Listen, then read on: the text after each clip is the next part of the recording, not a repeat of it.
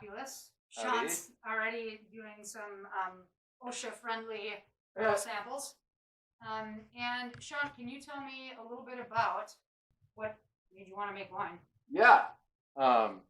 So let's see. Come down, I guess. I was always big on, eating and drinking and being around the table and stuff. My family, we didn't really grow up drinking a lot of wine, but always around the table, and like I love cooking and everything. And I always kind of joke, if I had any guts, I'd work in a kitchen, but I didn't have any guts, so I was like, let me go work in a winery. Because I was a chemistry student at UC Berkeley and was on track to be like in academics, but realized that really didn't speak to me.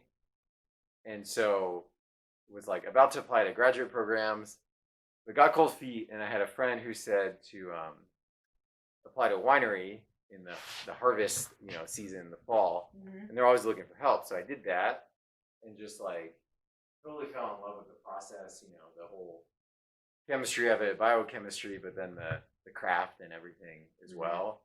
And so after that, it was just one thing kind of led to another.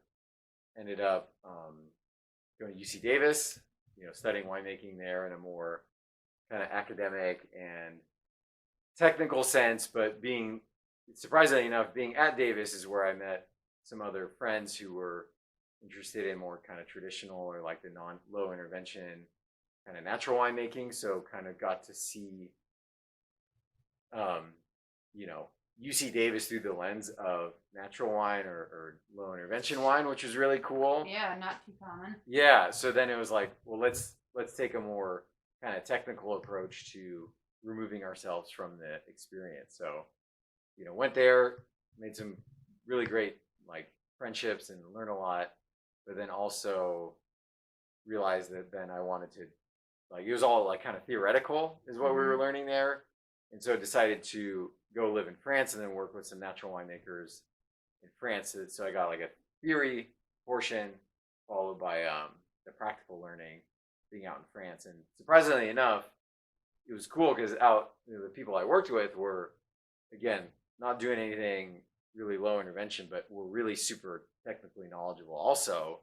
So it was great to like be able to connect with them, talk about the different yeast species and bacteria and the again, like kind of the chemistry and other more technical stuff happening while still being in that world of the natural wine, Yeah, where were you in France? So I spent 2012, I worked in the Loire Valley in Anjou, and then in southern Burgundy in Macon, and then Beaujolais in 2013. Okay, and yeah. You said you're from, we're into California right yeah. now, you're from here? Yeah, okay. Just outside of San Francisco, Oakland, Berkeley, that area. How was Populis and Les Lunes born? Let me grab one more glass.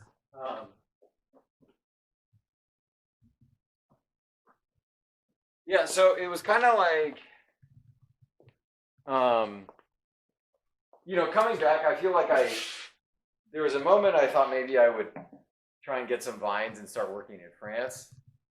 But I think I always would have felt like an outsider being somewhere. And I think wine is somewhat important about like, a sense of place and where you feel like you're coming from. And at that time, again, this was back in 2013 or so, the wine scene in California is very much different. And, I felt that we could make a bigger impact, like in the wine world, like, oh, let's come back to California and start making wine. You had Chris Brockway, Donkey and Go, a few other people like that kind of working in this way. And we kind of wanted to come and then bring that real focus on working in the vineyards here to California, if possible. Mm-hmm. So what would you say? What's the easiest, most succinct way to talk about the difference between the Populis wines and the Les Lunes wines? So for the main distinction is that with Populis is we buy the grapes from vineyards up in Mendocino County. And then with Les Lunes, for all intents and purposes, it's the stuff that we farm in Napa and Sonoma, aside from one or two bottlings that are really from our favorite pieces of the vineyards that we buy from up in Mendocino County. That way we can kind of really showcase some of the work that these families have been doing in a more kind of singular kind of focus sense. Is it safe to say too that the Les Lunes wines are, single varietal, Populis blends? They're kind of a little bit more playful, even though right now we're drinking a 4-year-old. Yeah, Populis, and it's delicious. I'd say so. I think with the Les Lunes, it's kind of, again, generally a little more focused on the specific vineyards that we're working on. As we've gotten some more vineyards, we started doing some blends that are a little more playful, and the Les Lunes wine is, or the Les Lunes kind of section as well. But they do have kind of a little bit more that focus and precision to them, whereas the Populis wines are super fun and fresh and really drinkable and fruity. Don't ask me how many bottles of Populis Rosé friends and I have had yet this summer. I love it. COVID summer made for a good time.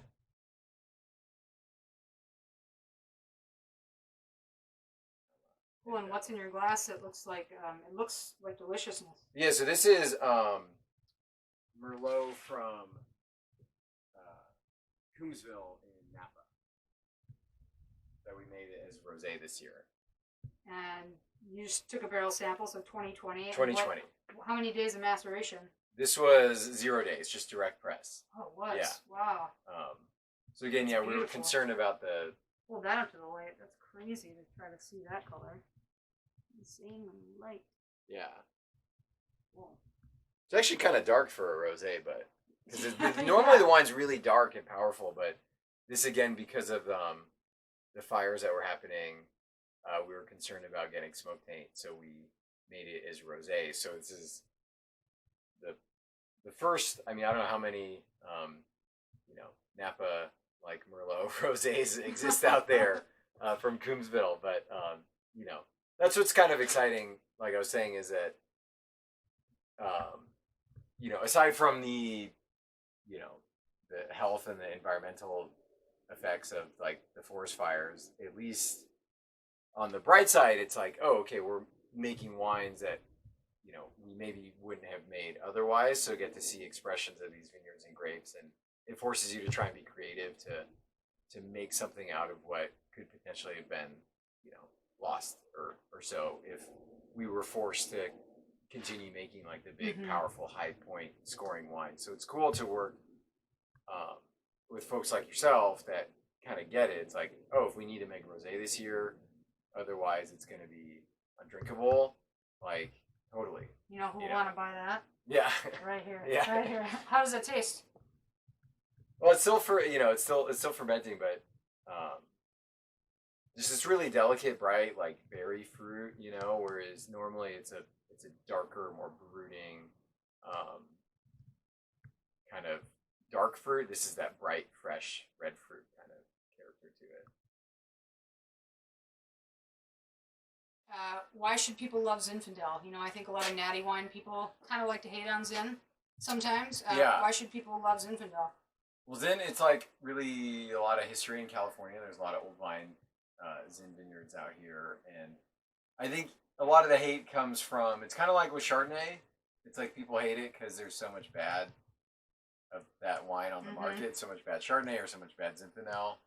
And I think when you're making it 16% alcohol and it's still sweet and like just completely like pouring jam out of the bottle, it's not super interesting. But if you harvest it earlier, and especially with old vines, then it can be really bright and delicate and super fresh, but still with this really nice like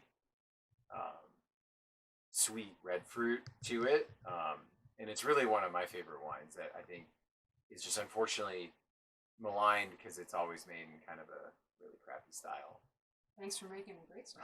Oh, thank you.